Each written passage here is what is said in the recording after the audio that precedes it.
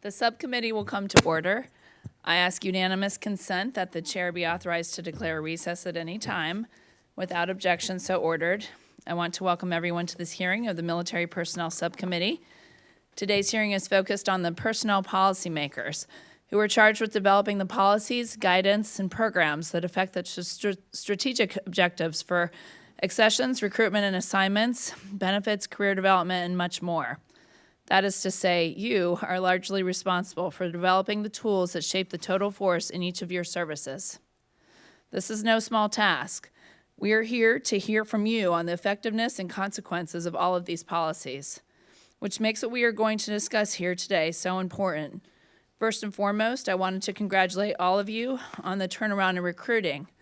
This is a testament to the hard work and focus that the services, the recruiters on the ground, this committee, and the administration have invested in making sure we are a fully manned, lethal, and ready force. However, with the danger from China increasing, we need to make sure we keep our focus. I also wanted to hear from you how the implementation of the fiscal year 25 NDAA quality of life provisions are going. Are the dining facilities getting better? Are you doing a better job at making sure our service members and families have access to safe and affordable housing? Are service members seeing doctors they need to see in a timely manner and getting their prescriptions filled? Do our military children have access to quality child care? Are our military spouses gainfully employed and pursuing careers they want? These are just some of the questions I hope we can answer today. Because if we don't ensure that our service members and their families are prioritized, our excellent recruiting will dry up and we may very well have retention problems. I want to thank all of our service members, active duty, reservists, and Guard members who are serving our great nation around the world as we speak. You and your families are really the subject of this hearing, as the policies and regulations controlled by these senior officers profoundly affect your lives and your very decisions to stay in the service. I would now like to welcome our witnesses, Lieutenant General Brian Eifler, United States Army Deputy Chief of Staff, and Vice Admiral Richard Cheeseman, United States Navy Deputy Chief of Naval Operations for Personnel. Admiral Cheeseman, I know this is your last hearing. I want to thank you for your dedicated service to the Navy. I know you've made the Navy a stronger, more lethal fighting force as CMP, and your replacement will have big shoes to fill. Lieutenant General Caroline Miller, United States Air Force, Deputy Chief of Staff for Manpower and Personnel, and Lieutenant General Michael Borgschulte, United States Marine Corps, Deputy Commandant, Manpower and Reserve Affairs. Ms. Catherine Kelly, Deputy Chief of Space Operations for Human Capital. Before hearing from our witnesses, let me offer Ranking Member Houlihan an opportunity to make any opening remarks. Thank you. I really appreciate you being here today so that we can have this conversation. And thank you very much to all of you all. It was a pleasure to talk to you earlier this week, or actually last week on the phone. I look forward to the conversation with you too. Without soldiers, sailors, Marines, airmen, and guardians, we can't man military weapon systems, deliver humanitarian assistance, or effectively respond to security challenges around the globe. And yet, the declining propensity for military service among America's youth is a cause for deep concern for me.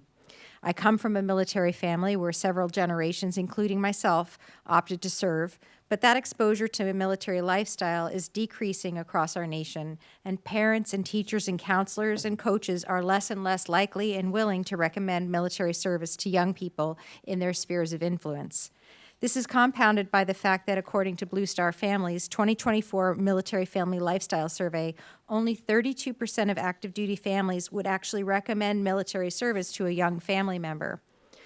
I'm also concerned that we might have instituted unintended barriers to service that may be preventing those who are willing to serve from joining the military.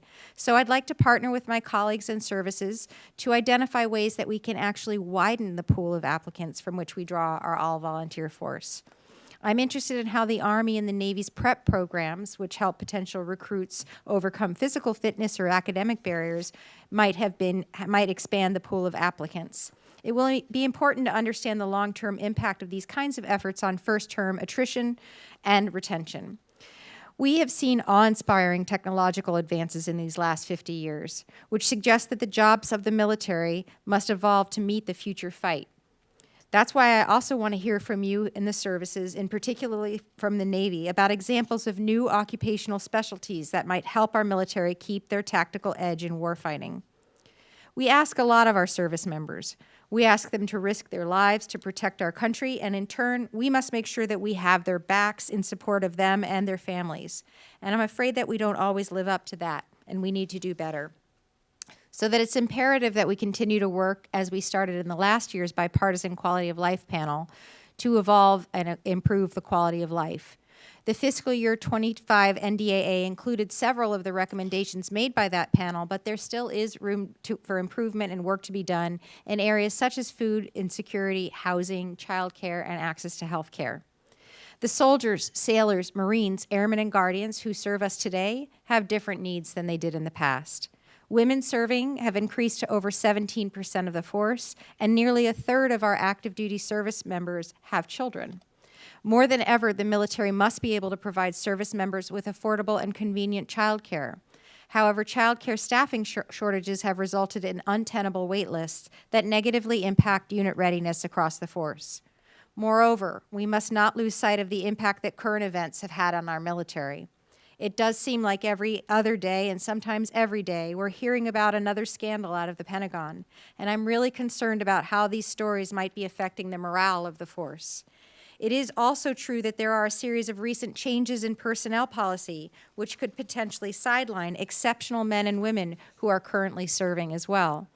All of these events, including the indiscriminate attacks on the Department of Defense civilians, could have lasting effects on the military and likely negative effects. What we should be doing is working together to foster a culture that encourages and rewards excellence, creativity, innovation, and critical thinking so that our military can continue to meet the emerging challenges around the globe. As our military has grown more diverse and more inclusive, it has increasingly reflected our nation, and our lethality remains as strong as it ever has been. It's a false choice to say that we have to choose between acknowledging diversity and building an effective and formidable military.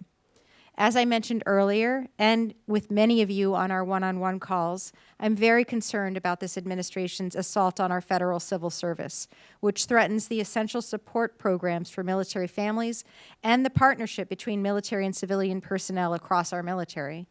Bureaucratic delays and incompetence in implementing these flawed personnel policies, to include chaos over exemptions and hiring freezes, have left military personnel sometimes with 2 or 3 jobs while positions are being reviewed for exemption or from hiring freezes.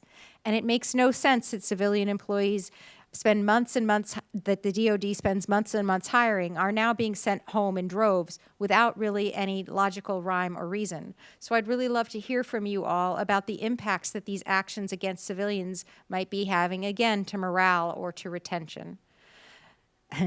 My notes say Mr. Chairman, but my eyes say no. Madam Chairman, thank you very much for having this hearing today so that we can discuss the importance of personnel policy on the lives of our service members. And thank you again to our witnesses for being here. Again, especially to Vice Admiral Cheeseman on his last testimony before retirement.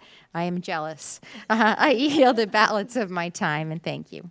Thank you very much, Ms. Houlihan. And each witness will have the opportunity to present his or her testimony, and each member will have an opportunity to question the witnesses for 5 minutes. We respectfully ask the witnesses to summarize their testimony in 5 minutes or less. Your written comments and statements will be made part of the hearing record. With that, Lieutenant General Eifler, you may make your opening statement. Thanks, Madam Chair, Ranking Member Houlihan, and distinguished members of the subcommittee. Thank you for the opportunity to address you today.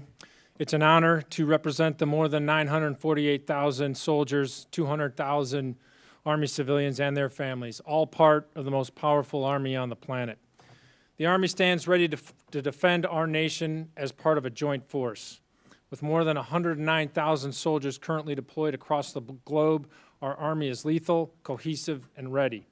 We are proud but not satisfied. Thus, the Army is transforming its organizations and delivering technology to keep up with the evolving battlefield. Continually transforming means the Army is more adaptable, flexible, and lethal. The Army is moving forward under 4 focus areas that directly address an increasingly volatile world. These pillars are warfighting, delivering ready combat formations, undergoing continuous transformation, and strengthening the profession. Within these 4 pillars, our team of professionals will execute all human resource actions that directly support our most important asset, our people. Under this framework, the goal is to improve, streamline, and renovate how we do things in the HR community to be faster and more efficient. Our readiness for the large-scale combat operations depends on it. As an example, we will focus on the overhaul and revamping of our retention processes as well. This will ensure quality over quantity and provide leaders the right skills for our formations. The Army remains committed to quality of life initiatives to ensure our soldiers remain focused on their missions. Barracks renovations and modernization efforts are correcting outdated housing. Dining facilities are being updated to provide more flexible and nutritious options. The Holistic Health and Fitness Program, or H2F, embeds experts directly into units to ensure peak performance. Recruiting will remain a priority. The Army exceeded its FY24 goal with over 55,000 new soldiers and is targeting 61,000 this year. We are currently on glide path to surpass our goal without lowering standards. With congressional support, we will keep the Army on a sustainable, strategic path as we transform for the future. We will deliver ready combat formations with the grit and advanced capabilities required to defend our nation and its interest. As we celebrate our 250th anniversary this year, I thank you for your unwavering support of our talented soldiers, civilian professionals, and their families. Thank you very much, Lieutenant General Eifler. And now, Vice Admiral Cheeseman, we offer 5 minutes to you to make an opening statement. Chair Kiggins, Ranking Member Houlihan, and distinguished subcommittee members, thank you for the opportunity to testify today representing the incredible sailors and families of our United States Navy. Supporting me today is my senior enlisted advisor, Fleet Master Chief Delbert Terrell, who provides wise counsel on all issues, whether officer, enlisted, or civilian. It is those sailors and civilians that we both serve who are on duty around the clock and around the globe, a lethal fighting force working to deter aggression, particularly in the Red Sea, Eastern Mediterranean, and Western Pacific. Continuing Resolution 25 funds a thorough, strategy-driven Navy budget that is focused on delivering resources to ensure our naval forces remain ready, resilient, and agile to execute national tasking and preserve peace through strength. I thank you for your support within CR 25 that helps Navy's recruiting and retention efforts, as well as our quality of service initiatives writ large. They are making a difference, and I encourage continued congressional support in these areas for FY26 and beyond. Navy recruiters had a historic 2024, contracting more sailors than in any given year since 2003. We exceeded our increased contracting goal by implementing real-time data-informed processes, capitalizing on the Future Sailor Prep course, streamlining medical waiver reviews, increasing the quality and number of recruiters, and identifying and removing barriers to recruiter productivity. As a result, we are on pace to exceed our FY25 recruiting goal of 40,600 future sailors. I remain focused on ensuring our schoolhouse supply chain is ready to receive this influx of motivated students, and we are ensuring every future sailor receives the training they need to be ready on day one in a fiscally responsible, efficient, and effective manner. Additionally, we continue to exceed retention forecasts across all zones, in part due to consistent congressional support in funding sailor special incentive pays and bonuses. Sea duty manning is an essential element of operational readiness, and I know our chronic shortfalls impact job satisfaction and retention. We are driving barrier removal across the enterprise, and we can now predict a steady drop in gaps at sea over the next 18 months. My goal remains achieving 100% rating fill by 2027. Our sailors, civilians, and their families are the backbone of our Navy. It is our duty to take care of them by delivering the highest standards of quality of service. We must build great people, great leaders, and great teams to innovate, solve hard problems, and dominate in combat. Our sailors stand ready as a lethal fighting force to deter or confront any adversary. You and every American can be proud of your Navy and this team. It is a privilege to serve, and I sincerely thank all the members of this subcommittee and the staff for your past, present, and future support. I look forward to your questions. Thank you, Vice Admiral Cheeseman. And with that, Lieutenant General Berg-Schulte, you may make your opening statement. Thank you, Madam Chair Keegans, Ranking Member Houlihan, and distinguished members of the subcommittee. It is an honor to appear before you today to discuss your Marine Corps. Marines take great pride in the fact that the strength of our Corps, the most important weapon system, is the individual Marine. That tough, smart, gritty Marine that's ready to close with and destroy the enemy. Today, your Marine Corps has over 30,000 of those Marines deployed operationally in 35 different countries across the globe. These Marines support our nation's campaigning efforts, underpin deterrence under the banner of peace through strength, and stand ready to respond when our nation calls upon us. The Marine Corps approaches the challenges of this critical manpower portfolio with a singular focus, and that's delivering combat-ready, lethal forces to operational units wherever they are needed. Every decision we make, whether that's recruiting, whether that's retention, assignment, or policy, is evaluated through this lens of lethality, as it should be. Now, sustaining this high state of warfighting readiness depends entirely on our ability to recruit and retain lethal warriors. I'm pleased to report that we continue to win on the recruiting front, and the Marine Corps will make mission again this year. We will make mission with exceeding all DoD quality standards, without lowering and without ever compromising those standards that you expect of us and that define the Marine Corps. We believe our disciplined culture, warfighting ethos, and the high standards that we carry attract that competitive, young American, high-performing American that have what it takes to earn the title of United States Marine. And this is why our retention of Marines has also reached historic heights. This year, we've exceeded last year's unprecedented numbers, and in the first 3 months, in March here, we surpassed 100% of our retention goals for this year, but we're not stopping here. We're continuing to drive. This marks the highest number and the highest quality through metrics of retained Marines in a decade, and proves that Marines that once they earn that title Marine, they want to stay Marine, and that they are proud to protect and defend the nation that we all love so much. I'd also like to thank you, each of you, for your unwavering support, providing the services with the tools that we need to carry on these successes. And that's in the form of financial incentives, quality of life initiatives, school access for our recruiters, family support programs like CDCs and such, and many, many more that keep a Marine in the Marine Corps, stay in Marine, or make a difference when a young American decides to come into the Marine Corps. Now, I'd like to throw out a challenge that I did a couple weeks ago in the SASC to you, and that is that if you have sons or daughters or family or friends that you think have what it takes to be a Marine, I've got a list, I got a bunch of contact cards right here if you're up for the challenge, and I'll give them to you after testimony. But after all this success talk, I must stress this: we cannot stop here. The momentum each service is highlighting, the fantastic things that all the services are doing right now, that remains very fragile. The force depends not only on the resources, but on something more enduring, and that's the value of military service. Our nation must reawaken a sense of purpose around serving, around being part of something bigger than self. Together, we must restore the value of service in the eyes of our fellow citizens. We must not just talk about, we must talk about the positive impacts of service, and not just the negative issues in our national narrative. In closing, I would ask that we all commit to attacking each key decision through the lens of lethality and warfighting excellence.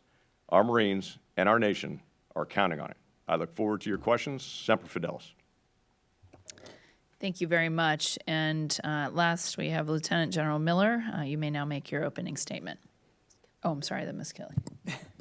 Madam Chair Kiggins, Ranking Member Houlihan, and distinguished members of this subcommittee, I am honored to have this opportunity to appear before you with my fellow service personnel colleagues. The Department of the Air Force is committed to ensuring we are postured to deter and, if necessary, prevail against our sophisticated peer competitors, including China and Russia. As the department looks to the future, readiness continues to be the foundation of our mission success.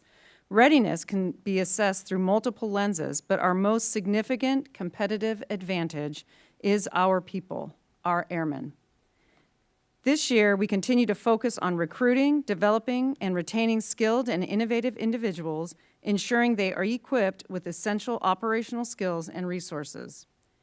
Fiscal year 2024 saw improvements in recruiting due to an increase in recruiting manning, changes to training processes, and an increase in the delayed entry program to its highest level in 10 years. The department is also improving pilot retention through increased sessions and training using monetary and non-monetary authorities granted by Congress. Readiness is directly linked to the welfare of our airmen and their families, and so we continue to target barriers to well-being and overall force readiness in areas such as economic security, access to quality childcare, sexual assault and sexual harassment prevention, and suicide prevention.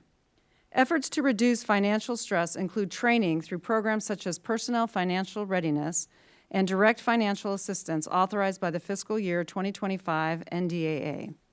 We remain committed to improving access to available, affordable, and quality child care programs by continuing to invest in our child care providers and programs such as community-based child care fee assistance. To bolster sexual assault and sexual harassment response and prevention, we have implemented policies to establish standards for care providers to ensure accountability and facilitate inter-office collaboration. The department has codified the DoD suicide response system and implemented a post-vention command support team. They deliver leader-focused training designed to implement rapid response activities following a suicide event to minimize suicide contagion, facilitate individual and unit cohesion, and reduce negative impacts on force readiness. Talent management remains the cornerstone of our efforts to build and develop the force we need. Our talent management philosophy is based on high standards, accountability, and meritocracy. Each airman's record is evaluated on its own merit, specifically in terms of job performance, demonstrated skills, and warfighting readiness. To improve readiness, the department is focused on developing specialized skills to solve operational and strategic challenges.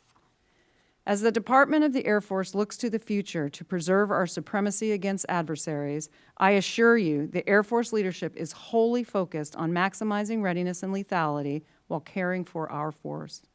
Thank you for your continued partnership and advocacy of the United States Air Force. I look forward to your questions. Thank you very much. And with that, our last opening statement from Ms. Kelly. Thank you, Madam Chairwoman Keegan and Ranking Member Houlihan and distinguished members of this subcommittee. I sit before you today on behalf of the United States Space Force in an environment where strategic competition in space presents a serious threat to national security. Our mission in the Space Force is clear: to secure our nation's interests in, from, and to space.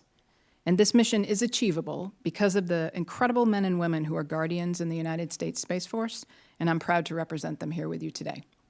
As the newest branch of the armed services with a fiercely contested domain, we must recruit and retain the very best talent. I'm very proud to share that the Space Force has exceeded its fiscal year 24 enlisted recruiting goal by 4% and is on track to meet our 2025 recruitment goals as well. And furthermore, Guardian retention is at an all-time high of 96% today, with a goal of landing at 92% by the end of this year. We're very proud of our Guardians who are willing to join and stay. To ensure the long-term pipeline of Guardians, last year we established our own recruiting squadron, and we're also leveraging technology and new marketing platforms to reach individuals with the specific talents, the technological talents, that our service in particular needs.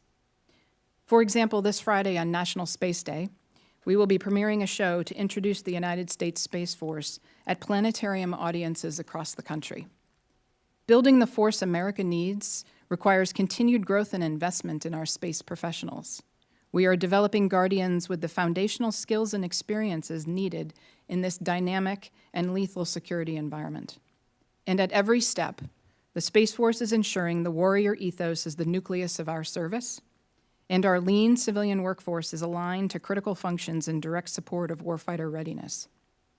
As our Guardians are concentrated on the mission, we are keenly focused on readiness and their quality of life with the spectrum of resources from our Guardian resilience teams to spouse employment initiatives, to name a few.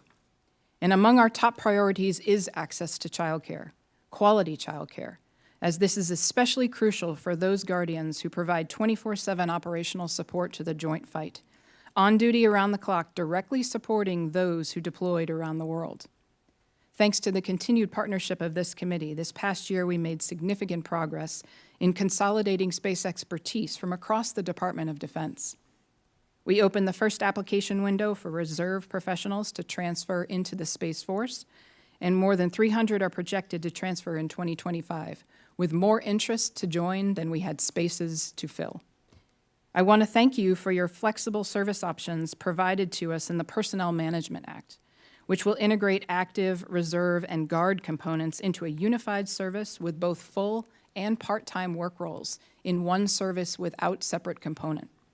The Space Force is unique from other services in this way, and that particular flexibility is key to attracting and retaining the talent necessary to counter the increasing threats to our national security. Madam Chairwoman and Ranking Member Houlihan and distinguished members of this committee, thank you again for the opportunity to represent our Space Force Guardians and to be here with you today. I look forward to your questions. Thank you very much, Ms. Kelly. With that, we'll move to questions. I will start. Let's see, with last year's NDA, it was particularly focused, as we know, on our quality of life issues, on pay and compensation, on housing, on childcare, on healthcare, on spouse employment. So in your discussions with service members, what is the sense of their view of how these reforms are helping? Are they actually feeling them? I know I've gone to some community events in Hampton Roads and my district in Virginia Beach and have had junior enlisted people come up to me and thank me for their pay raise, which is very nice, considering there's, I'm sure, a lot of things they would like to complain about as well. But so just to hear that firsthand has been very meaningful. And where do you see that we've had the most improvement, and what are the services doing to aid service members and their families, and what else should we be doing? How are we getting that word out that we've put these meaningful changes in place? I just want to make sure that people are actually feeling that and that you're hearing that. So if you could maybe each take a minute or two to explain. Thanks, Madam Chair. I think this is one of those topics that we can't ever take our foot off the gas on, quite honestly. We do have to balance quality of life with readiness. Where do we invest in our money that we put in all the programs, as well as preparing for combat? And I think that's always an intense balance, and we'll look at that all the time. I think there's been some great progress made. I don't think we're satisfied, as I said in my opening statement. I think we've got some work to do. Barracks has always been a problem, and we're continuing to work on that. And that's a big bill. We know that. So trying to spend money properly and efficiently in accordance with our structure, that's very helpful. So we're making progress. I personally saw it firsthand up in Alaska in the 11th Airborne Division. We built the largest CDC in DOD. But we get challenged with manning that, and having, only about 84% manned across the CDCs. We still need to add the incentives, even more than what we've already added, to get the workers there, just like the assistants with bringing their children in where they can get it free in their second one, 50% off basically. Those type of incentives we got to keep working on. And I think as well as housing, I think having outside inspectors come in that we're doing this year, all through CONUS and OCONUS, to make sure we're meeting the standards, to make sure our soldiers and families are living in better conditions. I think we got to continue to work on that. Thank you. Congresswoman, thanks for the question. To your point about the 10% pay raise, it is most welcomed. I've heard the same thing from sailors. They enjoy the extra money. I would like to say, though, that was funded for FY25 and 25 only. We need to make sure that we pass a budget on time on October 1st, or that becomes a bill to the services, and we will have to make choices in special incentive pays in other places so we can meet payroll. So a combined effort there to do that on time and not get into a CR in 26 will be most helpful. That said, I think the overwhelming thought from sailors is it's a good start, right? So for all these quality of service initiatives, I know in my portfolio they're very appreciative of the fact that we've made policy where no sailor has to go into a yard period for more than 2 years at a time, no first-term sailor, so they can be operational. And those first-term sailors that are in yard maintenance get, TAD opportunities to get to sea so they can learn their trade and learn their craft. In addition, as you know, we've, increased access to medical care in the Hampton Roads area, in the Newport News area. We've taken a strategic view on housing. We've taken a strategic view on parking and Wi-Fi. So all the things have been very helpful for our sailors, ma'am. Good, thank you. Well, ma'am, again, thanks for the question. Like other colleagues have mentioned, quality of life equals retention, which equals lethality in warfighting. I mean, just quite simply. I mean, like I said in my opening comments, the strength, every service, we champion this often, is that the strength of the Marine Corps is the individual Marine. And so retaining that Marine after you've trained them and you've gotten them to this high level of warfighting, capability, you want to retain them. And so how you do that? As they get a little bit older, they have families, and so you retain the family. So I'll just highlight a couple of things that I think that I've heard that are very important, having been in command here not too long ago, was childcare, the CDCs, right? So I think all the services we all wrestle with, it is expensive. In the Marine Corps, what we're doing, our wait lists are down. We still have a wait list, but we are down. 40% of our child care workers are military spouses, which is fantastic. Thank you for your help in allowing the credentialing to be much easier as you move from, say, Virginia to California. That credential, you don't have to re-credential. That was a huge barrier. We've increased the pay. I think all the services have. We increased the pay for our direct child care workers. And then we're building 5 new CDCs, which we're excited about. My wife, my spouse works. She has a career, demanding career, and that has been a retention effort for us. We have had our kids. We had a couple of little monkeys, and they have been in these CDCs their whole lives, and they're world class. They're better than out in town. So really, just very much appreciative of that, and that has allowed both of us to work at this level. So we have 30,000 other kids in childcare, another 10,000 in the school-age program. So those are other parents that are staying in the Marine Corps because their kids are taken care of. So really just appreciate it. So that's point number one. I could go on and on about the child care facilities. Big fan. Barracks. We can't put enough money in the barracks. So our commandant, this commandant, has put his money where his mouth is and put money into barracks. And we've got to.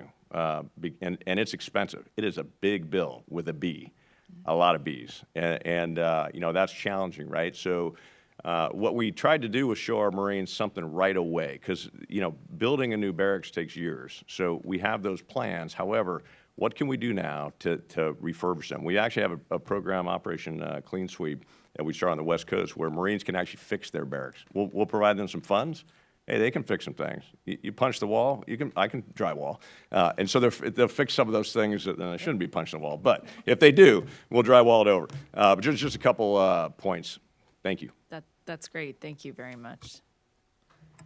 Yes, ma'am. Thank you for the question. I mean, I think quality of life over the focus for the last year has been phenomenal. You see all of the services, the recruiting numbers are going up. About 2 years ago, it was all the narrative out in the press was, if you come into the services, you're going to be raped. You've got this terrible, living conditions, no schools for your children and everything. But so I think that we've turned the corner on a lot of that. Similar to my colleagues here, the CDCs, huge improvements over the last 2 years. A lot of that had to do with the ability to incentivize our care workers, our direct care providers. Initially, it was just that, each of the direct care providers would get 100% on their first child, and then we expanded that to the second one. And then we expanded it to everybody that worked in the CDC. So not only the direct care providers, but those that were running it, those that were doing training. So that was a very big win. We need to continue to focus on that.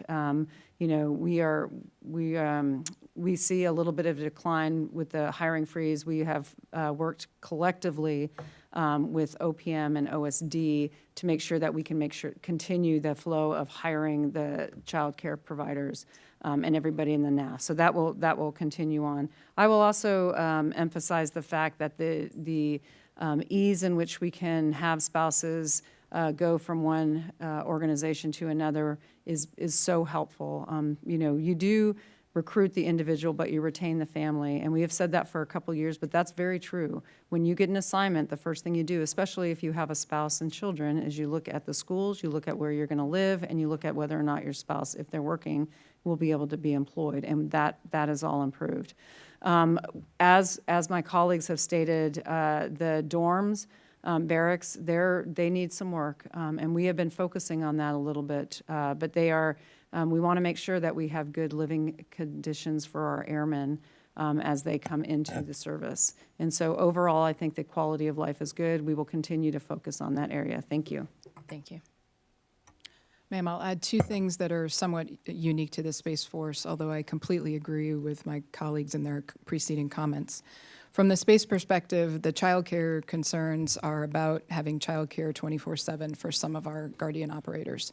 So one of the things that we need to continue to work on is making sure that they have an understanding of the multitude of programs that are out there that aren't just the traditional brick and mortar CDC from early in the morning to a normal day, but the things that actually support them throughout the evening and on weekends and in shift work, which a fairly sizable portion of our Guardians are in. So we work very hard to make sure that those ancillary programs that are in support are available to them, and more importantly, that they understand them and know how to access them. I think there's been great progress, but I would definitely advocate that we need to do more work on that. The second thing that for the Space Force, given some of the unique skill sets that we have, almost exclusively cyber, intel, space, and acquisition, all of which are critical, we know we're head-to-head against industry in those areas.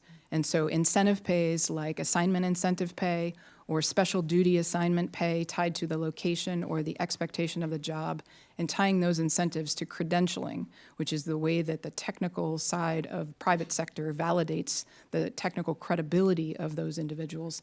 We're really focused on leveraging those flexibilities that you have given us. The junior enlisted pay raise obviously has been super helpful. I would echo Admiral Cheeseman's comments about making sure that that stays funded in the future, because it's absolutely critical for our junior Guardians as well. And thank you for the question. Thank you, and I'm way over time, so I apologize to my colleagues, but just in wrap up, and thank you, that was really helpful, and I know that Congresswoman Houlihan cared, and Congresswoman Jacobs and all of us who sat on the Quality of Life panel really appreciate and are interested in these updates.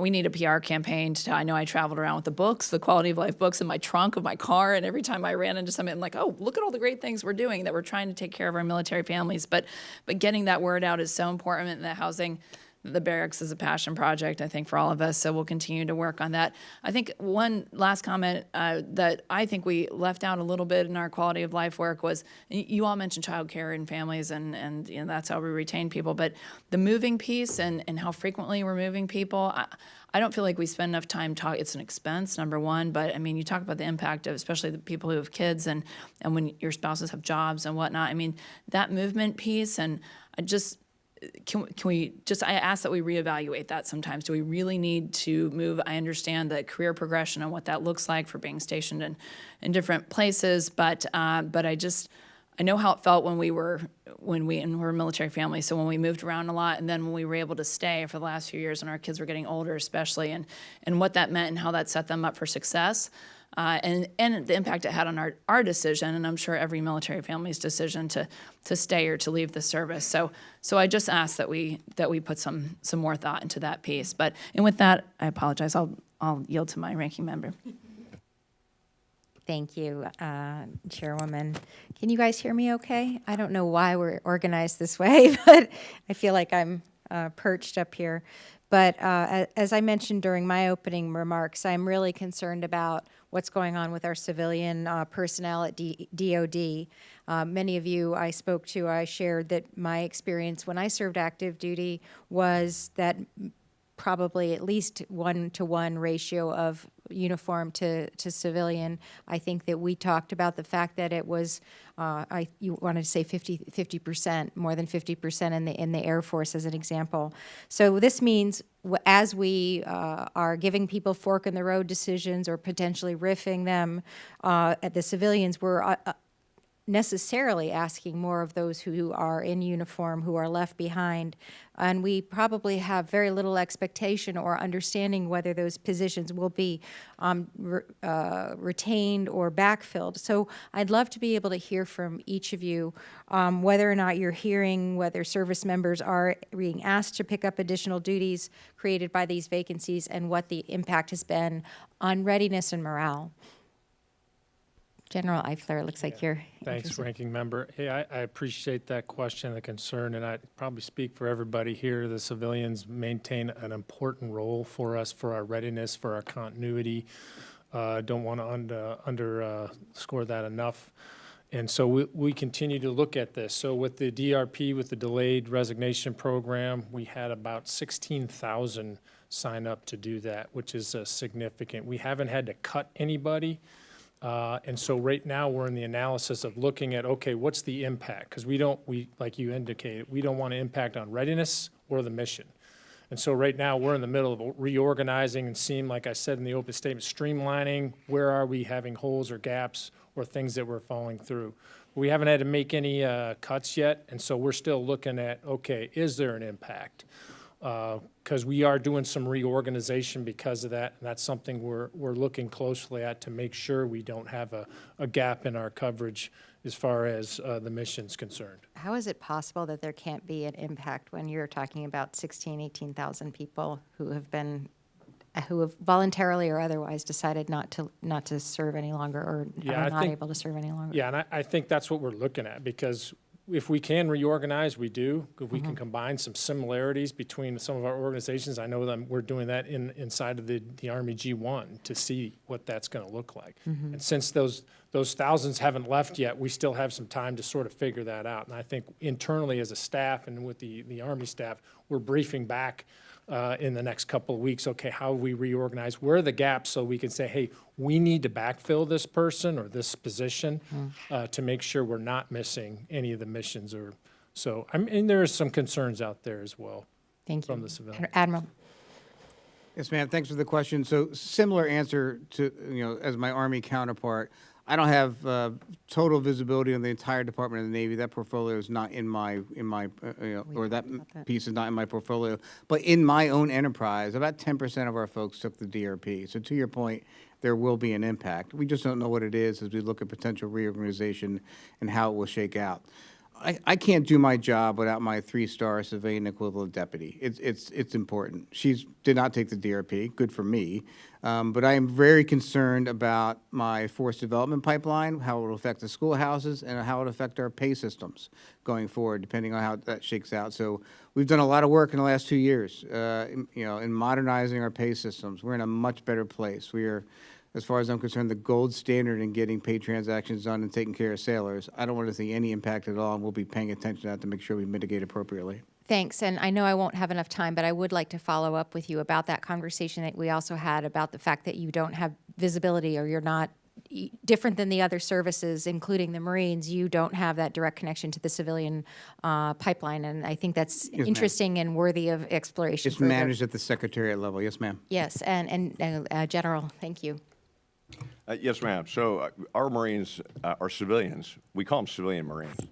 We don't call them civilians. We call them civilian Marines. I think some of you have heard of that, just because of that. These are dedicated professionals that 60% of them are veterans of our civilians. So, just key teammates. And I would argue that, the challenge that the Marine Corps has is it's got any civilian that we lose through DRP or termination or whatnot has an outsized impact on the Marine Corps. And here's why.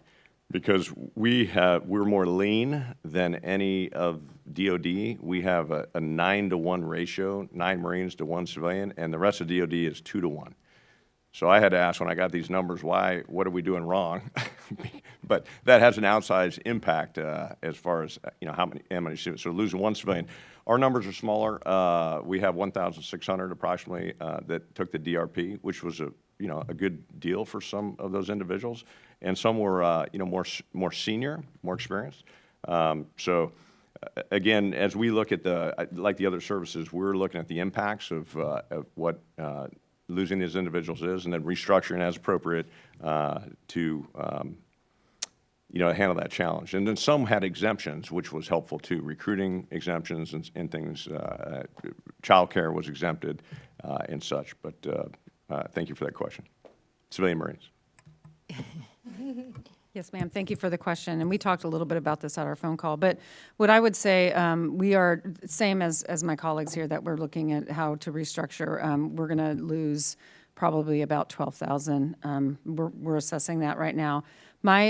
So there is going to be an impact, but more importantly, I think, to the individuals, we're trying to do it all voluntarily. So they, we do not want to go down the RIF pathway. But I think what we all need to be concerned about is the impact that it's going to have on recruiting. If there is an uncertainty about coming into a service on whether or not you'll be able to maintain that position, that I think is going to impact. We have done tons of work over the last several years to really, express the goodness of our service, why we serve. It's for a bit different purpose, a bigger purpose. And, a lot of it is job security. We have education, all of the benefits that go along with being a warfighter. So I think that that's, as we continue down this road for the next several years, or for, we just have to watch the second and third order impacts of how is that going to impact recruiting. Right now, we are not seeing any impacts at all, which is great. We have a lot on the military side, and on the recruiting side, on the civilian side, we are trying to get more people in as we can. Thank you. And lastly, and I know I'm over time, Ms. Kelly. Yes, thank you, ma'am, for giving me a few minutes. I would just offer this. The Space Force is in a very similar boat, arguably a smaller boat than the way that the Marines just described the problem. We're a third civilians of a total force of 17,000. So the impact of losing civilians is exponentially hard on the Space Force because of the outsized impact of the total population. We believe that through the voluntary reductions, we're going to lose somewhere around 10%. And so we have to look very carefully at how to mitigate that 10% and how to be very, very intentional about making sure that that does not have a direct mission impact. I will tell you, because we rely heavily upon the Air Force for support, and that the preponderance of our guardians, military and civilian, are operationally focused, this is going to be a challenge for us.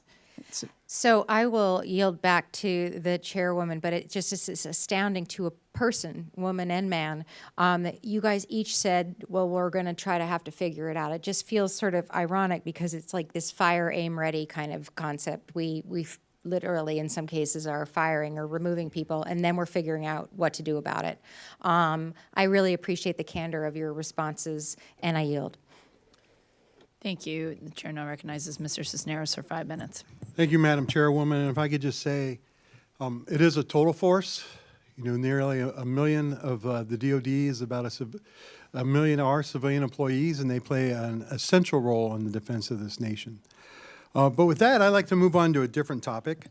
In 2021, there was the IRC on sexual harassment. They came forward with 82 recommendations, of which Secretary Austin at the time agreed to all 82 recommendations. I was sitting in the P&R chair at that time. We put forward the plan to institute those recommendations. Hiring a civilian workforce, professionalizing a lot of the collateral duties that the services had used around training, victim counseling, advisors to the command. $4.5 billion is what we asked Congress to fully fund this, to implement this plan. And it was going to take about 7 years in total. But I would like to know how that plan is going right now, and really how the hiring freeze is impacting getting to the full potential or the full professional workforce that you needed to mitigate sexual harassment. And we can start with you, General, there, and we'll just kind of work our way down. Yes, sir. I'll try to save some time for my colleagues this time. Yes, I think that is something we are trying to implement fully. I think the hiring freeze has had an impact on some of those professionals that we're trying to bring in there. I think equally as important as a force that we have not gotten where we need to be on sexual assault prevention. And we're trying not to let that stymie us, because to me, and what I saw firsthand, is it's inside the force that we've got to make sure we're teaching the correct values. And when we bring people in, we're making sure that they absorb the values of who we are as a service for all the services. And so I think we still have to work on that, but we are implementing those, a lot of those. I remember they came and visited us up in Alaska. I had great discussions on that, of how to get forward and get after the prevention aspect. So I appreciate the support on that. Congressman, thanks for the question. So similar answer, obviously. The hiring freeze is slowing down our ability to hire integrated primary prevention workforce right now. Other than that, we are essentially on plan. To your point about the 7-year plan, our culture efforts over recent years as we're building culture founded on respect and trust. We have seen a drop in destructive behaviors over time, so we're confident we're going in the right direction, but the hiring freeze is slowing us down as far as the integrated primary prevention workforce. Yes, sir. Good to see you again. The Marine Corps has fully embraced the IRC recommendations. Our number was approximately 400 of the SAPR workforce, 385 to be exact. About half of those are hired. The hiring freeze is impacting it. So what we're doing about that is we're asking for relatively new, but we're asking for individual exemptions to fill those positions, I'm sure like the other services. And then we have another internal process, which is our MCTIF. I know you've heard about this, the Marine Corps Total Fitness, which is giving resilience to those Marines before, the SAPR workforce helping with that, but also, post the event, we're trying to get to the left of that and prevent that. So we're pretty excited about kicking off the Marine Corps Total Fitness. We kicked it off. It's just, again, funding and then getting that in place, which would be more prevention-based and giving Marines resiliency and all those destructive behaviors, not just this, but all of them. So thanks for that. Yes, sir. From the Air Force, we leaned really heavily in on this from the start. So we still have more vacancies that we're working through. However, we have not stopped any of our sexual prevention training programs. We did continue on with that, even though we looked through all of that to make sure we are in compliance with the EO as far as the training material. The other thing that we did a few years ago, we did a test on integrating our prevention services in one organization or in one facility, which was very successful. We did that in 7 different installations, and we continue to do that in other installations as we go forward, because what we found was that there was a synergy there with our preventive workforce, all in one. You've got your sexual assault, your all the other ones, sorry, suicide prevention, everybody there. So it was not only helpful for the individuals that were coming in because they would have sort of one intake and then they wouldn't have to retell their stories multiple times because we would get them to the right provider. So we found success with the victims, and we also found success with the workforce because they had other providers to lean on. So we continue to do that, and then we are also, similar to the Marines, we're doing exemptions for the vacancies that we have. Sir, good to see you again. From the Space Force perspective, we have Guardian resilience teams that are in place. We do have to make sure that the civilian hiring impacts don't mitigate on their ability to create that environment to handle anything that is an intake issue. I would say we have to continue to work that. The IRC recommendations are continuing to implement, but we've certainly got more work to do to make sure that the hiring impacts don't have a negative fallback intent. Right. I'm sure you all agree this is a huge impact to good order and discipline, right? Sexual assault in the ranks. And I know it's nothing that any of you would suggest continue, and I know you are working there, but I hope you go to your bosses, including all the way up to the secretary, and letting them know the impact of this hiring freeze, the impact of any possible cuts and what that'll have. And the thing I worry about with the Secretary Hegseth's negativity, really kind of towards women in the military, is that sends a different message, and that, if this continues, right, if the hiring freeze continues, if the lack of funding continues, if they pull away funding and it takes longer and longer to implement this, they're just going to say it failed and it didn't work. And if that happens, it's because they didn't do what they were supposed to do. So I need you all to kind of work on this issue and push it, and to make sure that we get it done for the quality of life of our service members. Nobody would ever stand this for any company anywhere out there. So we shouldn't stand for it in the military at all. I wish I had an hour and a half to ask my questions, but I'm sorry. I think I might have missed some of you before this. I think we had a couple schedules just didn't work, but we'll reach out, and we'd love to get some time with all of you to kind of sit down and talk about the various issues that I believe are important to me and important to you as well. And with that, I yield back. Thank you, Mr. Cisneros. And just as a side note too, I certainly agree and recognize the importance of the civilian workforce piece and share some of the concerns. So I would just say we've had to pick up the phone more than once and just communicate, what the impact that some of these cuts have. So please use your member of Congress in your district, or probably any of us, but But I think we can smooth the process sometimes. So that's what we're here to do, because we do not want that to impact your readiness, your mission, and your lethality. So thank you. And with that, I recognize Ms. Jacobs for 5 minutes.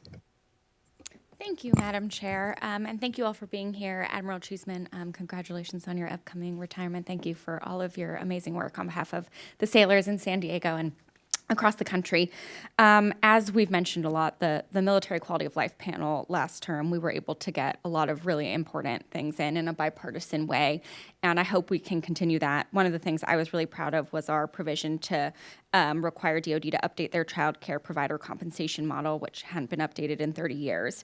And Admiral Cheeseman, while I know technically child care isn't in your portfolio, I was a little disappointed that it wasn't in your written testimony at all. And I was wondering if you could talk a little bit about childcare as a quality of life issue and how you're measuring the impact of childcare on service member quality of life and military readiness.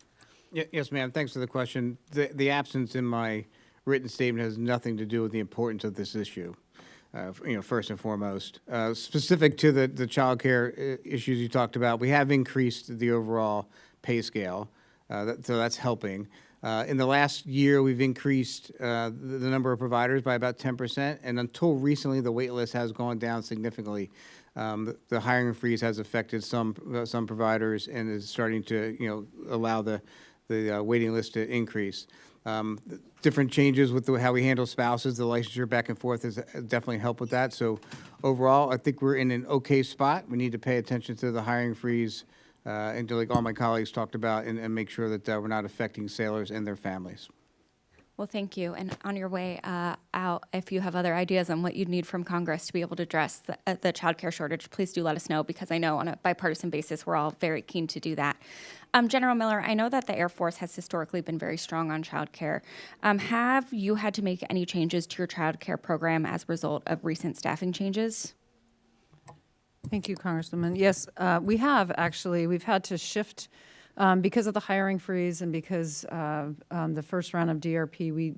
A lot of our, not the direct child care providers, but some of the individuals that ran, did the training in those in our child and youth. So we've had to shift some rooms around to make sure that we have coverage. We've had to shift some of our staffing in our child and youth programs into CDCs. Just to make sure that the CDCs are covered. We're working through, as we get through the summer, there's a lot of child and youth programs that we may have to decrease the hours that available. So we have had to make some modifications. What we're trying to do is have the least impact to the family, so there's still availability. The other thing that we have been doing is working the MyCAA, which is military child care in your community. So we have strengthened those relationships with the community. So if for whatever reason we're at capacity in our child care that they can go, we have facilities down in the community in which they can bring their child with some fee assistance. And then we have also tried to strengthen our FCCs, our family child care providers.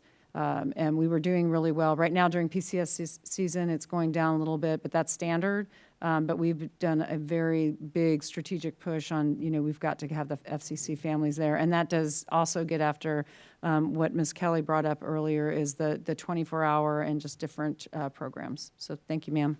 Excellent, thank you. And while I know the rest of you are not retiring, if you have other ideas on what you'd like us to be doing on childcare, like I said, I think on a bipartisan basis, we all want to make sure we're getting after this.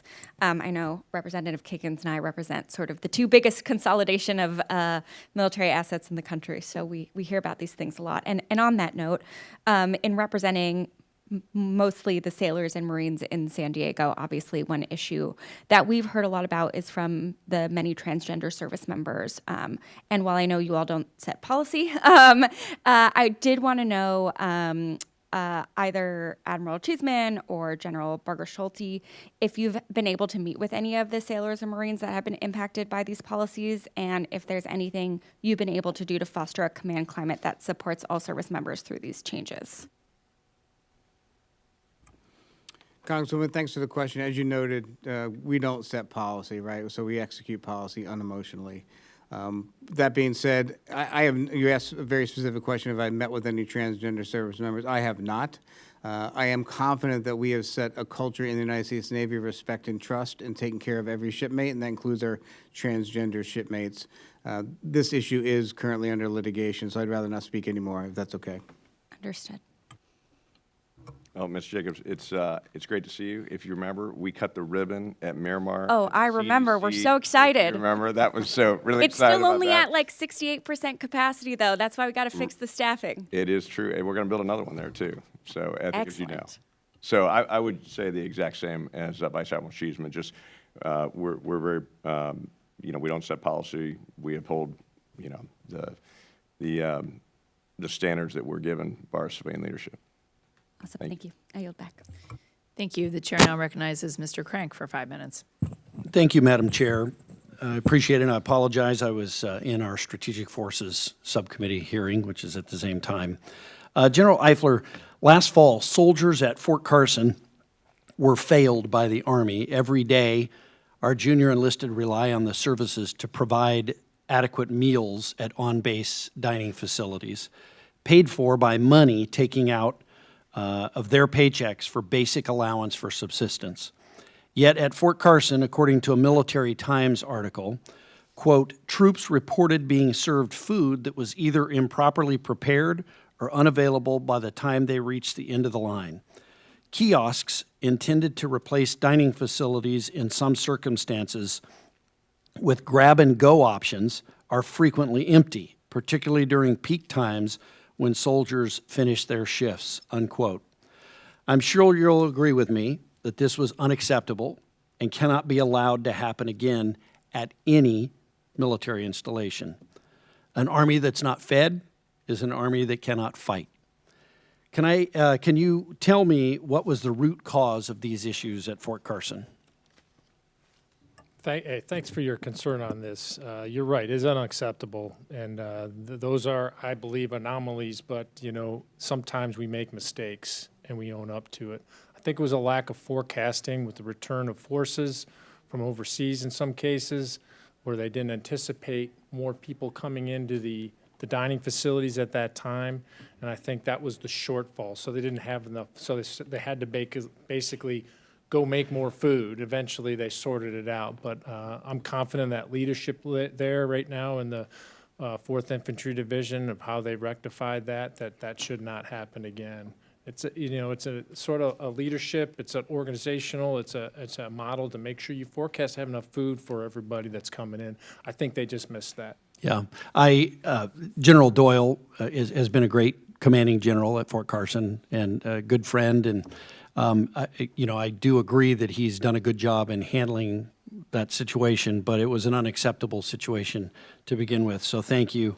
And then I guess just a quick follow-on to that. How can this subcommittee work with the Army to ensure on base dining facilities that they remain fully stocked to support our men and women in uniform?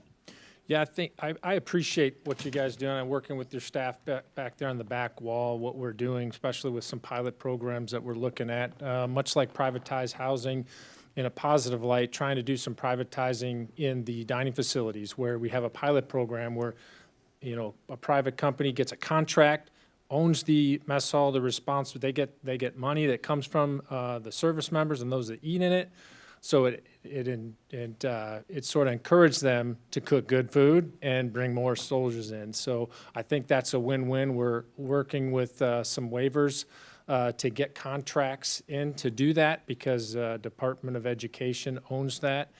So we're working with the Secretary of Defense to sort of get a waiver to allow those contracts to come in place. We're trying to do that as early as this summer in about 5 locations. So I think that's one of the ways with your support to be able to get better, higher nutrition, better value for the money that we're putting inside of the dining facilities. Great. Are there, and I would ask this for anyone on the panel, are there any new authorities that you would need from us or anything that we can do legislatively to help you in that mission? Well, as I said, one of the things is this Department of Education owns the ability to make contracts. And so that's a thing that our secretary is going to ask the Secretary of Defense to get a waiver from the Department of Education so we can do this. So that I think any support for that would be probably the best thing. I don't know if there's another. Yes, sir. I'd just like to comment. The food prices have gone up pretty significant over the last couple of years, right? So I think inflation, the contracts that come in are just, it's more expensive. So, you know, assistance in, like everything, the 10% pay raise is phenomenal. Now we're more expensive. So it's just, you know, fully funding the top line in the MPMC accounts and the manpower accounts, very helpful. Thank you. Great. Thank you. I appreciate that. And thank you for what you do. I appreciate it. You know, obviously taking care of the men and women who serve us in the military is important, and we want to support you in everything you do. And General, thank you for addressing this issue, and I just hope it never happens again. But thank you, sir. Yield back. Thank you. And I believe we have time for another round of questions if you all are willing to accommodate. But I'd like to start just by Admiral Cheeseman, you mentioned medical waiver reviews as one of the things that the Navy especially was looking at. And I know that this is a source of personal frustration for me. I have had multiple parents come up to me who we gave Service Academy nominations to their children. They had taken anxiety medication for 6 months during COVID. It was no longer an issue, but they were denied, they were medically disqualified. When we a huge source of frustration as a nurse practitioner, we ask these kids to ask for mental health help, and then we penalize them. And it's not fair. Most recently, I've been on the phone several times this weekend with the DoD Medical Board staff. We have a young man who was given he had applied to West Point and was told he could not go to West Point because he was medically disqualified. He is in receipt of a Navy ROTC scholarship. He wants to be a Marine. And this young man was taken to the doctor. His firstborn child. I've had a couple young sons myself. Ran around a lot in a classroom in Montessori school, wouldn't sit still. The mom was concerned and brought him to the doctor at the recommendation of the teacher, who said, oh, this kid might have a learning disability. He might have ADHD. So they wrote that down in his chart. He was never medicated. They switched him to public school. He thrived so well, so much so that we gave him a congressional nomination to West Point. And the parents never told the son, and he didn't even remember. So it's now that this has come up, you know, he's had a lot of questions. It's been a struggle for him, but he was reevaluated by our former governor, who was a pediatric neurologist in Virginia, who's also an Army veteran, who said this young man has no learning disability, obviously, no ADHD, just a slight remote history when he was 7. Not really documented, not really diagnosed, because even that medical record, I read it as a nurse practitioner, reviewed the entire chart, very inconclusive, very like the 7-year-old boy wouldn't sit still in class. And we will not let this young man be in the military. And I can't explain to you the source of personal frustration as the mother of a recent graduate from the Naval Academy and a mother of another senior at VMI, how that feels, knowing raising sons and daughters and knowing what that feels like when I want to encourage my kids to be in the military. And these are good kids that want to serve our great country. You need them. And we're not letting them in because of this kind of stuff. So this problem needs to be fixed. And I am so not done fighting for this kid. And I'm happy to follow up with each and every one of you in this room to make sure that we give this person in particular. But the DODMER process needs to be fixed. And thank you for mentioning Medical Review Board reform, but I just want to hear from you guys, because you guys, I hope, are communicating with this, but I am tired of having parents who have children who want to serve, and we don't let them serve because they ask for mental health help. These issues are resolved, or if they have a pediatric diagnosis that is not really validated, certainly not an issue. I mean, I have a son who I took to the doctor when he was 2 because he had a cold, and the doctor said, maybe asthma. That kid had to see a pulmonologist 3 times before he was able to graduate from the Naval Academy. It's wrong. It has to be fixed. So I'd like to hear from each of you about how we are fixing this medical review board process. Yeah, I think we have a lot of waivers, and the blessing and the curse of MHS Genesis allows us to see everything, and it also allows us to see everything. And I think we have increased our waivers, tenfold probably, to allow people in like you're suggesting. I absolutely want to follow up with you on that, because I don't understand that either. That's something that we're looking at of changing. So we don't have these waivers for these big things. It's small things like you're talking about, things that happen in youth, and it's not necessarily medical either. There's people that have done small crimes and stuff that have been, that as they were a kid, was we call errors in youth, have made. But what we find longitudinally, they are not having a problem once they get in the military. Matter of fact, they're excelling.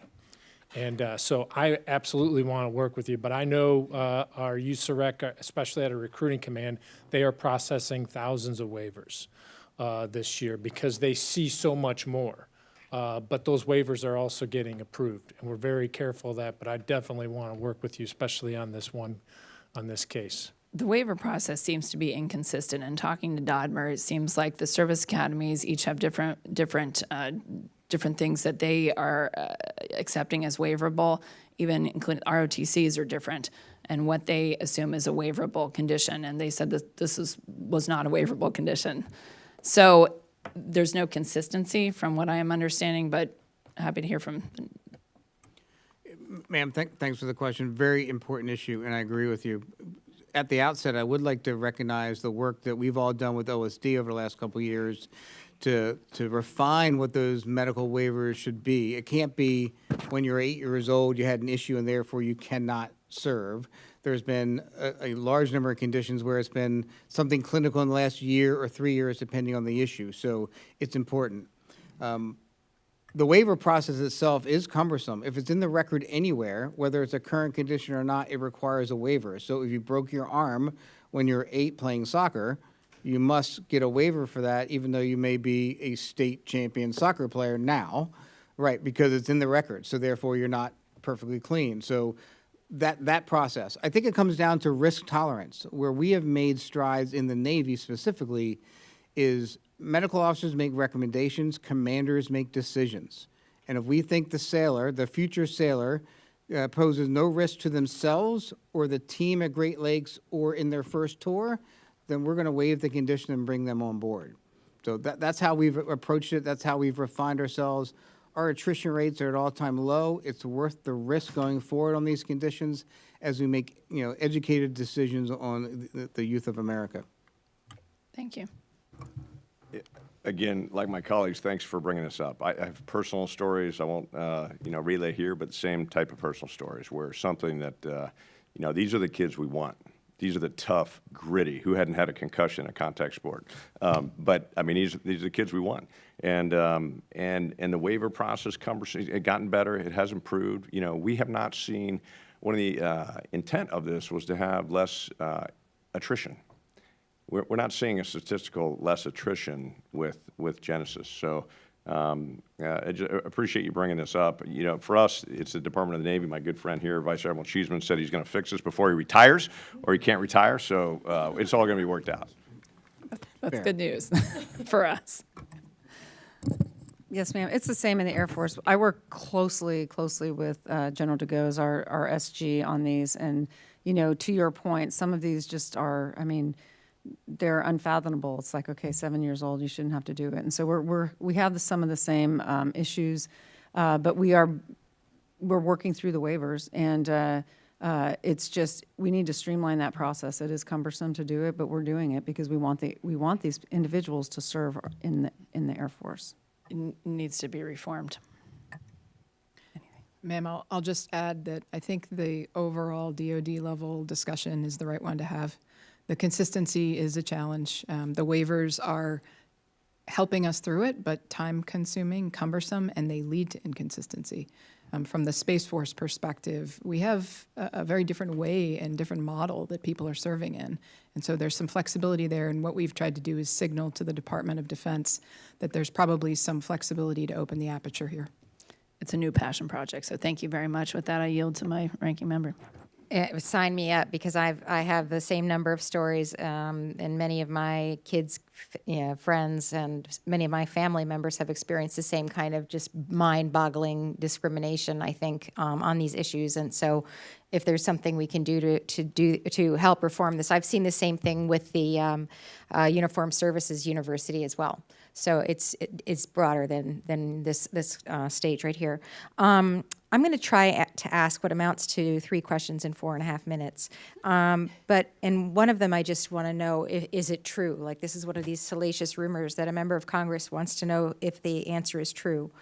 With the executive order on DEI, I have heard that there is no longer a requirement and that data is being stripped of things like minority identification, whether gender, race, those kinds of things, ethnicity, and that it's going to be not monitoring those kinds of things. And so my question is, first of all, is that true? Second of all, if it is true, how will we ever know if women are not coming into the military as abundantly as they were before all of this was going on, if we're not following those kinds of things? How will we ever know if people are being turned off by joining the military if we are not tracking their ethnicity or their race in the way that we normally would have? Tell me it's not true. I'm not tracking that. I don't think that's true. Okay. Just as you indicated, we know that we have about 16,000 women in the Army. We know that 41% increase of women coming into the Army this last year. So we are still tracking that. I think the things that we were asked to look at was on merit-based promotions, that we're not considering those things. So I don't think that we were told not to track any of that. Ma'am, same thing for the Navy. Sex, race, and ethnicity is still tracked. If the answer is yes across the board, I'll save my time. Okay, great. The next question that I have, though, is that there has to be a way that we are looking or trying to measure what I think will be a oppressive reaction that with firings of generals and flag officers who don't have any performance issues as near as anybody can tell, but maybe women or maybe people of color. This has to have an oppressive impact on people. How will we ever measure that, or can we measure that? If we put it in the NDAA, do you feel like you still have the data to be able to do that? Congresswoman, I'll answer that question from the Navy perspective. So I've recently pulled recruiting and retention data. I live this, so I look at it all the time, but specifically to this question.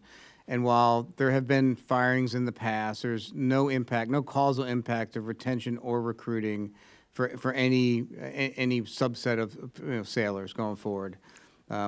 So if we ask in the NDAA for a report on this, you feel like that you're maintaining and monitoring the data that you would need to be able to see 100%, that? yes, ma'am. Okay, my last question is actually a complete change of gears, and it's for regarding the NRO and you, the Air Force and Space Force folks. We had this conversation. The Space Force is responsible, as near as I understand it, for putting in some number of billets into the NRO. My understanding from our conversation, Ms. Kelly, is that the Space Force has struggled with that and has asked the Air Force to be supportive of that. And you and I had that conversation as well, General Miller, that you had been in conversation about that. And we both, all three of us, not on the same call, but talked about whether or not you could get some data about what that impact is and whether or not how many billets are being left unfilled and whether or not there's a way to reprioritize those, because in the interim, the NRO is without staffing that is, I would assume, necessary. Ma'am, thank you for the question, and thank you for the conversation last week. The Space Force is staffing the NRO at 80% right now, and that's been consistent over the last several years.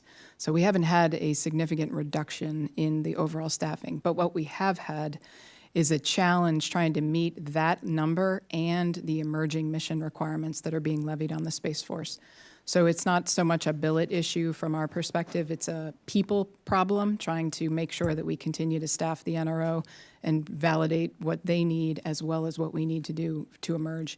The thing that I think is really important that sometimes gets lost in the conversation is all of the agreements to staff the NRO predate the stand-up of the Space Force.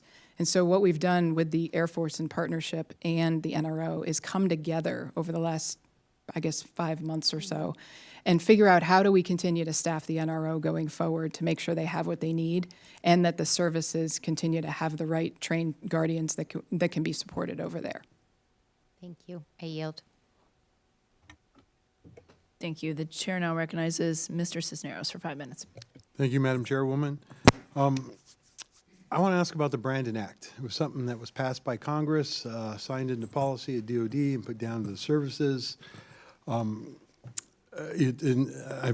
remained pretty close with the Caserta family. This has become a passion project of theirs. You know what the Brandon Act is, right? Is if there's a service member who's having difficulties with mental health and needs help, they're able to go to their chain of command and just basically say, Brandon Act, I need help. And the chain of command is supposed to get them that help. But we're still hearing stories about, you know, enlisted service members, I guess junior officers not knowing what that is, chain of command not familiar with what the Brandon Act is, or if they have heard about it, not really what they're supposed to do if somebody comes to them. It's been a few years now. So how are we implementing this? How are we training and informing our service members, and how are we working with the chain of command, especially our commanding officers, so that they know how to react? And I should include our senior NSO or NCOs too as well, that if someone comes to them and says Brandon Act, how do they get the wheels in motion and make sure that service member is going to be taken care of? And since Vice Admiral, since Brandon was a sailor, I'll start with you. Yes, sir. Thanks for the question. Very important issue and something we cannot take our foot off the gas on. Brandon Act for us and the responsibility to take care of another sailor is part of our accession pipelines. It is part of our leadership schools. So folks are trained to this over time. I don't think we can ever stop training to it because there's constant turnover in the force. We're bringing in 40,000 people this year. Roughly 30 to 35,000 people leave every year. So it's a constant, training as people move into the service, up through the ranks, and then out of the service. Specific to our approach, we developed a mental health playbook a number of years ago that has these types of things in it, and it has a back cover that talks about just this kind of thing for responses to these kinds of scenarios. So we redouble down all the time with our chain of command, with our operational commanders to make sure we keep doing this training, and we won't stop, sir. Do we have a program, and this is for all the services, really, how are we advertising this? Are we playing it, are we putting billboards or flyers out there, like in the exchange and the commissaries? Are we advertising in an Armed Forces radio or Armed Forces television or you're overseas? How do we kind of keep ingraining it rather than them just getting it maybe once a year when they come in, or maybe just when they come in, or when they're at a commanding officer school? How do we kind of keep this constantly going so that it's constantly being refreshed in everybody's? I'll take this one. So to Admiral Cheeseman, it's the same thing. It's continual training at all the different areas and responsibilities. But to your point, we in the Department of the Air Force, we don't have a strategic communication plan on this particular thing. And I think that we absolutely need to, because we talk about getting mental health, making sure that that's part of resilience. And it's important. And if someone says, I need it, we need to have individuals at all levels respond to that appropriately. And so, as you bring it up, I'm thinking that we definitely have it in some of our schoolhouses, but I don't think we have it at every level, and that is the problem. So I think that I took a note down that we need to do better on our strategic communication plan. And I think that is the problem there, right? Things that, and we'll have to hear if everybody agrees that, we can do better communicating that and make sure that it's not just at the training, but it's constantly being seen. You go to some of the exchanges and stuff and you see like, hey, the no smoking things are like the things about if you want to quit smoking, right? Trying to get people, and, Admiral, I was a sailor too, right? I think the Navy has done a great job of really kind of trying to get people off of tobacco, and it was during a constant, flowing message, and they're able to do that. And so I'm hoping we can do the same thing with mental health and the Brandon Act there. Just real quick, and I don't think I have enough time for you to answer this, so I'll take this one for the record. But I would love to hear more about how we can keep people. We spend a lot of money training individuals, whether it be cybersecurity, intelligence, linguistics, and this happens in all the services, and I would constantly hear these stories. They go into these jobs, they're there for 3 or 4 years, and then boom, they're off somewhere else. And you know, I remember the commandant, you know, General Smith, talking about, well, if you want to get promoted and doing things and move up the ranks in the Marine Corps, you have to go and do other things. But I would love to see it, and if we can get plans of, like, you know, if people are in the band, you're in the band. That's it. And we spend a lot of money training people to be in cybersecurity, to be linguistics, to teach them Russian and Mandarin. And why are we only letting them do it? And as soon as they start to get good, we're sending them somewhere else to do something else. How can we create a pipeline that would just kind of keep them in their field and allow them to still promote and be successful? I would love to hear your thoughts on that, and I'll take that one for the record. And with that, thank you all for being here today. Thank you. And the chair now recognizes Ms. Jacob for 5 minutes. Thank you. So one of the things that we got in last year's NDA was a feasibility study on apartment-style housing for families that could include a child care center. We're still waiting on that feasibility study, so just a flag for your Ledge Affairs folks. We are tracking that it is late. But also would love to hear from you if you think innovative housing options like this could improve the quality of life for our service members. Obviously, you know, I can tell you, we hear from them all the time that if they knew they were getting their housing right away, they would be fine with it being multifamily housing, especially if it meant they're at a child care center right below and they could walk to base and not have to deal with all of the traffic at the one gate at Naval Base San Diego. But, you know, would really love to hear from you what you think of something like that. Yes. And whoever wants to respond.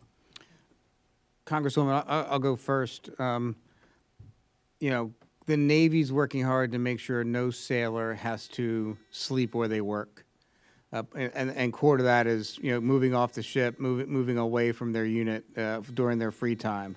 A tiered strategy here in an effort to, you know, whether it's unaccompanied housing, privatized housing like you talk about, public-private venture, those types of things. I'm confident that CNIC and the Enforced Resource Sponsor has a plan.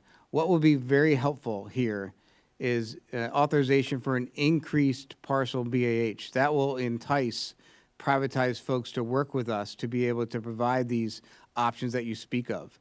So all in on those types of things, I think it'll be very helpful, you know, going forward, because, you know, we owe a commitment to our sailors so they do not have to sleep where they work. Not to give my Republican colleagues any too much credit, but that partial BAH approval was in the reconciliation bill, so it might be coming soon. Thank you. Did anyone else want to add to that? Well, I'll just say, you know, innovative approach. I like the concept. I think when just out at Miramar, when we were there together, you know, when you ask Marines, young Marines, what they want to do, they want to live out in town at times. The rank matters, though. The ones that have proven that they can go out in town and execute like a great American citizen, awesome. Some we're still working on, our more junior Marines, that might need a little more supervision, so the barracks are... punching walls is not good. We frown upon that. But I do think that there's something there. And when you talk to Marines about retention, you know, with our good Marines, we actually have a couple of 200 Marines that we allowed to live out in town, sergeants, and they really appreciate that. That kept some of them in. So I appreciate any innovative approach to make it, you know, the quality of life better, which equals retention, which, like I said, equals lethality and warfighting excellence. Absolutely. One other question for you, Admiral Cheeseman. We've heard some really good feedback on the deployment resiliency counselors that serve on the ships. We've also heard mixed reviews of some sailors who didn't know they were on the ships or that they had access to it. But I was wondering if you could speak to that program, how you see its role in supporting sailors' health, and, you know, if you've seen any plans of cutting back that service. Yes, ma'am. Thanks for the question. So I've seen no plans on cutting back that service. I think when you speak to sailors who may not understand that they're primarily on aircraft carriers or big deck amphibs and not on small ships. So when destroyers and cruisers or small amphibs deploy, they may become disaggregated from that service. So it really takes leadership engagement. If they see a sailor that could use some to set up a virtual meeting or such, but no plans to reduce that core capability. It's pretty important. Excellent. Thank you. I yield back. Thank you. And in lieu of a closing statement, I just have a closing question that I'd like each of you to answer. But General, you talked about restoring this value of service in our country, and I'm just curious if you could each maybe give just a word or two about why do young people join the military in this day and age? What is it that is motivating our youth to step up and want to serve their country? Yeah, thanks for that. I think there's a multitude of reasons. I can't speak on behalf of all of them. There's still an interest for the GI Bill, which is one of the best things out there for as far as the American dream, as I consider it in the military. Being able to do that is very helpful. Also, the lure of coming into the profession and serving, as Mike mentioned earlier, serving something bigger than yourself. There's a lot of people wanting to be a part of a team. And so that still is inspiring. It's not so much as incentives and bonuses. It's the same thing, sir, that you mentioned to keep these highly skilled personnel, low density personnel in. They love to do what they signed up to do. The more we can have them do that and get them in to do that, the more satisfied and fulfilled they are. And so that's what we're looking for on our end to make sure they're doing it. But a lot of them are want to serve their country. They want to do some of these things that they can't do out in the civilian world.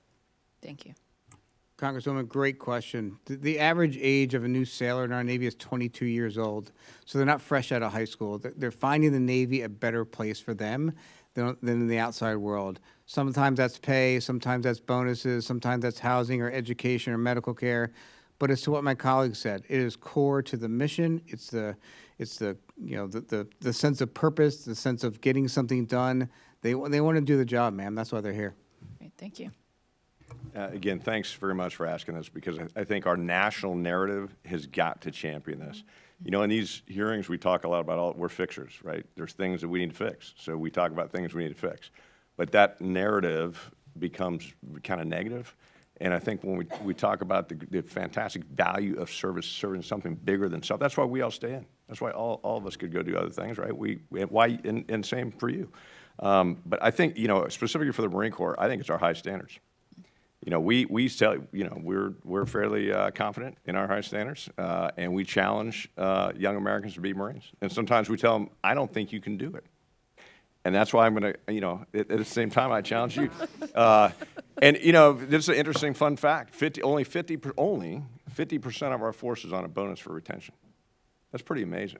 I'm not sure that's, you know, the way it is in other areas. But, well, I would, sure, and you can tell, right? That's just inculcated. And I think our high standards. I'll take his money.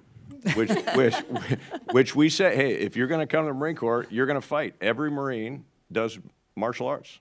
Every Marine shoots from 500 yards, a weapon, semi-automatic weapon. Doesn't matter if you're male, female, whatever. Every Marine's going to run 3 miles. Every Marine's going to carry somebody over their shoulder and run through an agility course. I mean, I could go on and on. I know they love it. But I think it's our high standards is what attracts really high-performing Americans to our brand. And never lower those standards. Right. Yes, ma'am. It's so fun to follow you. At least he didn't offer to carry you around like he did when we were in the Senate hearing, which was awesome. But I would say for us, it's most of the airmen that I talk to, it's either to travel, get out of where they are, or it's education. And then, you know, once they get into the service, our retention rates are nearing 90%. And so they fall in love with the mission, and they fall in love with what they do, and they fall in love with serving. So that's why I think that we're attractive to the service. Thank you. Ma'am, I would just offer on the Space Force side, the unbelievably booming tech world that we all find ourselves living in, coupled with the same thing specific for space, attracts the best and the brightest, both officer, enlisted, and civilian. We're capitalizing on that. It's the brand cachet that my colleagues have talked about uniquely for their services, and then making sure that that experience actually matches what they're promised, because that's what makes them stay. Good. And we need to keep those guys too. So I'd like to thank all of our witnesses again for their service and for providing testimony this afternoon. With that, there being no further business, this subcommittee stands adjourned. Thank you. Thank you so much. Thank you. Sorry. Thanks for No, you indulging did us. great. You did great. It was great. Could stay for a very long time.